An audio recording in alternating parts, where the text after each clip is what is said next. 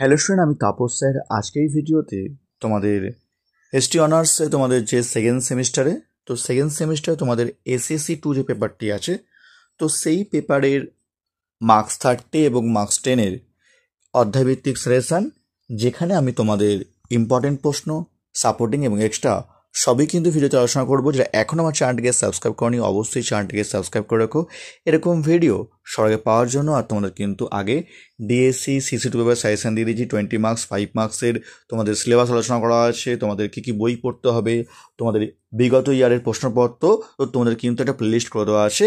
যারা দেখোনি তারা কিন্তু অবশ্যই প্লেলিস্টে তোমরা গিয়ে কিন্তু দেখে নিতে পারো। তো দেখো, তোমাদের প্রথম প্রশ্ন 30 মার্কসের জন্য, সাম্প্রতিককালের তোমার দেখা একটি মেলা বা উৎসব সম্পর্কে একটি প্রতিবেদন লেখো।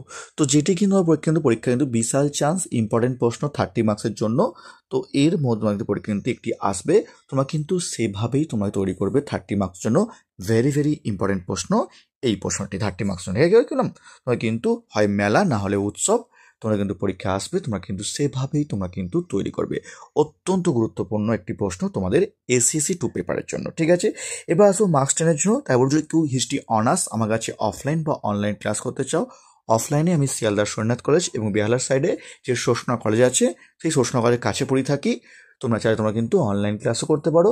আমার অনলাইন ক্লাস তোমাদের কিন্তু পুরো অফলাইনের মতো, চাইলে তোমরা কিন্তু দুটো ফ্রি ডেমো ক্লাসও তোমরা কিন্তু করে দেখতে পারো, যে তোমরা অনলাইন ক্লাস আদৌ তোমরা অফলাইনের মতো করতে পারছো কি না বা বুঝতে পারছো কি না। তোমাদের কিন্তু দুখানা ডেমো ক্লাস তোমাদের ফ্রি আছে। নেক্সট দেখো, তোমাদের 10 মার্কসের প্রশ্ন দেখো, ঐতিহ্য বলতে কি বোঝো? ভারতের সাংস্কৃতিক ঐতিহ্য সংরক্ষণের গুরুত্ব ব্যাখ্যা করো।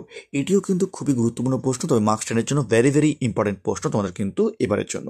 নেক্সট, কিভাবে ভারত সরকার প্রণীত আইনগুলি ঐতিহ্য সংরক্ষণের ক্ষেত্রে সাহায্য করে? 1 এবং 2 দুটোর মধ্যে কিন্তু একটা পরীক্ষা কিন্তু বিশাল ইম্পর্টেন্ট, তোমরা কিন্তু সেভাবেই তোমরা কিন্তু তৈরি করবে। ঠিক আছে, নেক্সট দেখো, তোমাদের পরের প্রশ্ন, তোমাদের বাস্তব ঐতিহ্য বলতে কি বোঝো, অথবা আসবে অধরা ঐতিহ্য বলতে কি বোঝো, উদাহরণ সমেত লেখো।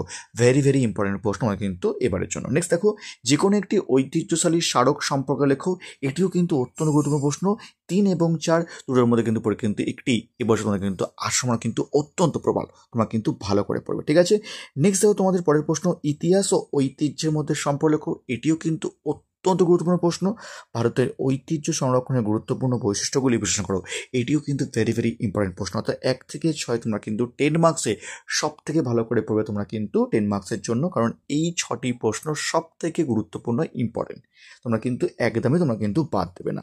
নেক্সট দেখো, তোমাদের সাপোর্টিং প্রশ্ন দেখো, যুদ্ধ বা সংঘর্ষের সময় ঐতিহ্যশালী ক্ষেত্রগুলি কেন লুণ্ঠনের লক্ষ্যবস্তু হয়? নেক্সট দেখো, বাংলার বাউল, পুরুলিয়ার ছৌ নাচ আর পরিবেশ আন্দোলন, এগুলো তোমরা কিন্তু সাপোর্টিং বলো বা এক্সট্রা বলো তোমাদের করে যাবে, কারণ যদি বাই চান্স প্রশ্ন কঠিন হয় তখন তোমরা কিন্তু এখান থেকে তোমাদের কিন্তু প্রশ্ন হতে পারে।